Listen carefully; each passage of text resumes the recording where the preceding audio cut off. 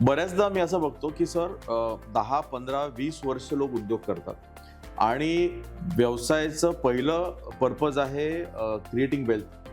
पण जर तुम्ही त्यांना विचारलं की मागच्या 10 वर्षामध्ये तुमचा टोटल पर इयर पॅट काय होता, प्रॉफिट आफ्टर टॅक्स, तर नेट प्रॉफिट जर तुमचा 10 वर्षाचा कॅल्क्युलेट केला आणि टोटल मारली तर एवढी वेल्थ गेली कुठे?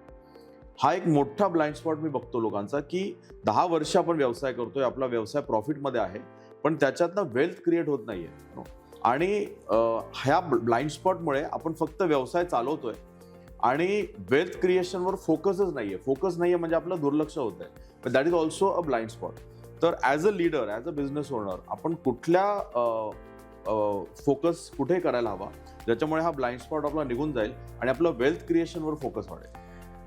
एकदम जबरदस्त ब्लाइंड स्पॉट आहे हा.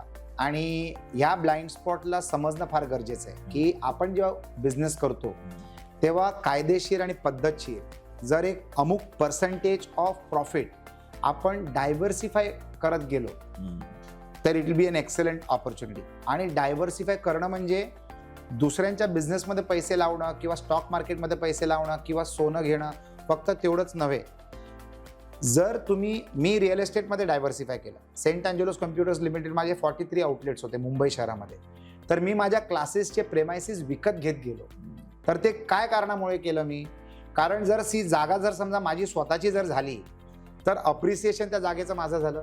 भाड्याच्या जागेवर सर समजा आपण 20 लाखाचं इंटिरियर्स करतोय तर स्वतःच्या जागेवर आपण 40 लाखाचं इंटिरियर्स करतो, कारण आता ती जागा आपली स्वतःची. We are doing to go on doing value addition. Correct. स्वतःची जागा असल्यामुळे मला कोण काढू शकणार नाही, मला लोकेशन चेंज करायची गरज नाही आहे. तर address of the business also is a historical asset of your business. कारण तुम्ही तिथे जेवढे राहता तेवढे तुमची पॉप्युलॅरिटी वाढते. रिटेल बिझनेसमध्ये लोकेशन मॅटर्स अ लॉट. तर legacy of that location also is very very helpful. तर आम्ही रिअल एस्टेट ॲसेट्स विकत घेत गेलो बँकेच्या आधारे, लोनच्या आधारे. तर आम्ही काय केलं, प्रॉफिट्सना कन्वर्ट करत गेलो EMIच्या मार्फत. म्हणजे त्या प्रॉफिट्सचा वापर मी केला EMI भरण्यासाठी. आणि पैशाची किंमत जी असते ना ती दर वर्षाला घटते आणि ॲसेटची किंमत जी असते ना ती दर वर्षाला वाढते. म्हणजे ऑपोजिट रिॲक्शन. बँकेला त्यांच्या इंटरेस्टमध्ये इंटरेस्ट आहे, ॲप्रिशिएशन तुमचा झाला. तर आम्ही बऱ्याच प्रॉफिटला डायव्हर्ट केलं on higher expenditure towards EMI which was creating future wealth for me, my business आणि माझा परिवार. आता हा माझा भाग झाला. अनेक लोक पद्धतशीर प्रॉफिटमधनं स्टॉक मार्केटमध्ये इन्व्हेस्ट करतात किंवा म्युच्युअल फंडमध्ये इन्व्हेस्ट करतात.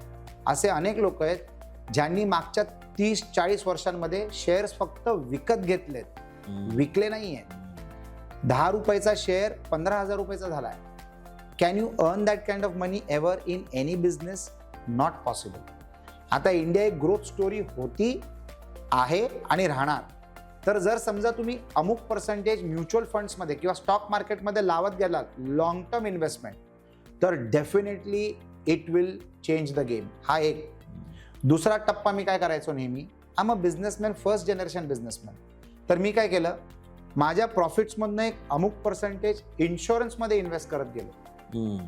Risk coverage insurance, not money back policy, risk coverage insurance. आणि त्याच्यामध्ये काय झालं, बिझनेसमॅन म्हणून मी मोठे निर्णय घेतो, कधी कधी घातक निर्णय पण असतील माझे. कदाचित तो बिझनेस नाही चालला किंवा मी नाही राहिलो, तर जे बिझनेसचं माझं लोन आहे ते माझा परिवार फेडूच शकणार नाही. तर I need to insulate them also, कारण it is a part of my wealth legacy to my family, my responsibility towards my family और my responsibility towards the team that works with me. I insure them also fully. बरोबर. तर याचा फायदा काय झाला, समजा जर काय अपघात झाला तर माझ्या परिवारावर माझ्या लोन एक्सपोजरचा 1 पैशाचा त्रास नाही येणार. तर that is also a blind spot which people ignore in business. You need to be risk covered आणि you need to be invested in a way ज्याचा लॉंग टर्म मुनाफा तुमच्या परिवाराला, तुमच्या बिझनेसला आणि तुमच्या परिवाराला मिळू शकतो. याचं एक मोठं एक्झाम्पल आहे, एक मोठी कॉफी चेन. हो. आणि त्याचे उद्योजक, त्याने आत्महत्या केली. त्या व्यक्तीने आत्महत्या केली आणि बॅड प्लॅनिंग. त्यांच्या मिसेसवर ते सगळा लोड आला. तो लोड आला. फॉर्च्युनेटली शी इज डुईंग वेल, म्हणजे शी इज रिकव्हरिंग. पण तो व्यक्ती राहिला नाही ना, आपण तो व्यक्ती घालवला बिकॉज ऑफ बॅड प्लॅनिंग. तर ॲज अ उद्योजक जर तुमच्या प्रॉफिट्समधनं एक अमुक पर्सेंटेज 15%, 20%, 25% कुठच्या तरी अशा ठिकाणी इन्व्हेस्ट झाले पाहिजेत which becomes a backup for you in times of need. तर हा एक ब्लाइंड स्पॉट आहे. कारण आपण नेहमी बिझनेसला वाढवण्यामध्ये एवढे मग्न असतो, नशेत असतो किंवा गरजेत असतो की हा ब्लाइंड स्पॉट आपल्याला कव्हर करता येत नाही. प्रमाण कितीही असावं हरकत नाही, तुम्ही पर्सेंटेज ठरवा की एवढ्या पर्सेंटेजला मी अशा पद्धतीने वापरणार which is my future wealth building exercise, आणि ते करणं गरजेचं आहे.